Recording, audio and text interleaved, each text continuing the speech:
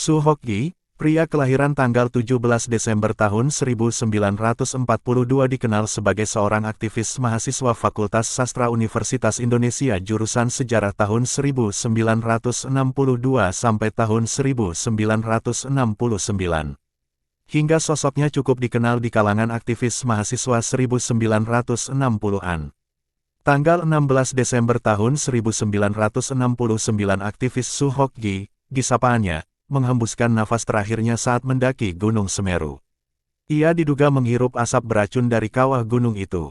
Su Hokgi mendaki bersama rombongan. Kelompok pendaki itu terdiri dari Gi, Ithan dan Fantari Lubis, Abdurrahman, Herman Onesimus Lantang atau Herman Lantang, Anton Wijaya, Rudi Badil, dan Freddy Lodewijk Lasut. Ada juga seorang wartawan Sinar Harapan, Aristides Katopo. Gi punya maksud, selain hendak menaklukkan gunung tertinggi di Jawa itu, dia ingin merayakan hari ulang tahunnya ke-27 di puncak Semeru. Gi ulang tahun pada tanggal 17 Desember sehingga hari keberangkatan dipilih sebelum tanggal itu, tanggal 16 Desember. Mereka berangkat dari Stasiun Gambir, Jakarta Pusat, pukul 7 ke Stasiun Gubeng, Surabaya. Bisa menaklukkan Semeru kala itu menjadi tantangan tersendiri. Pasalnya belum banyak pendaki yang mengunjunginya gunung ini. Mereka berbekal buku panduan mendaki Gunung Semeru buatan Belanda, yang berusia hampir 40 tahun atau terbit pada 1930. Rombongan pendaki itu disebut mengambil jalur yang tidak umum. Mereka melewati Kali Amprong dan mengikuti pematang Gunung Ayek-Ayek hingga turun menuju Oro-Oro Ombo.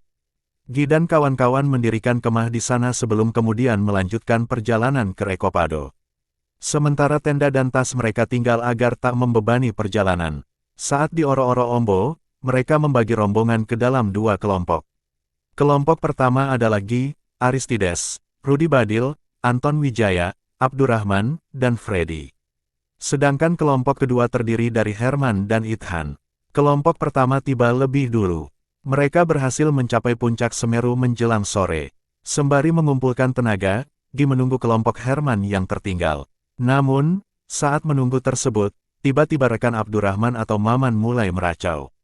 Aristides dan Freddy akhirnya memutuskan membawa Maman kembali ke shelter.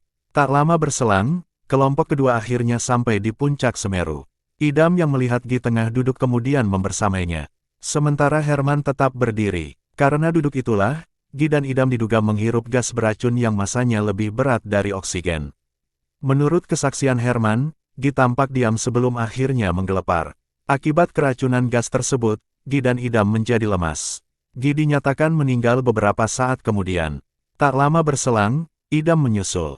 Keduanya meninggal setelah menaklukkan Gunung Semeru. Tetapi Gi gagal merayakan ulang tahunnya yang ke-27 sehari setelahnya. Evakuasi jenazah kedua pendaki terkendala karena jalur yang ekstrim. Berita tewasnya Gi dan Idam baru tersiar pada tanggal 22 Desember tahun 1969 atau 5 hari setelah kematian. Para pendaki ini sempat dikabarkan hilang.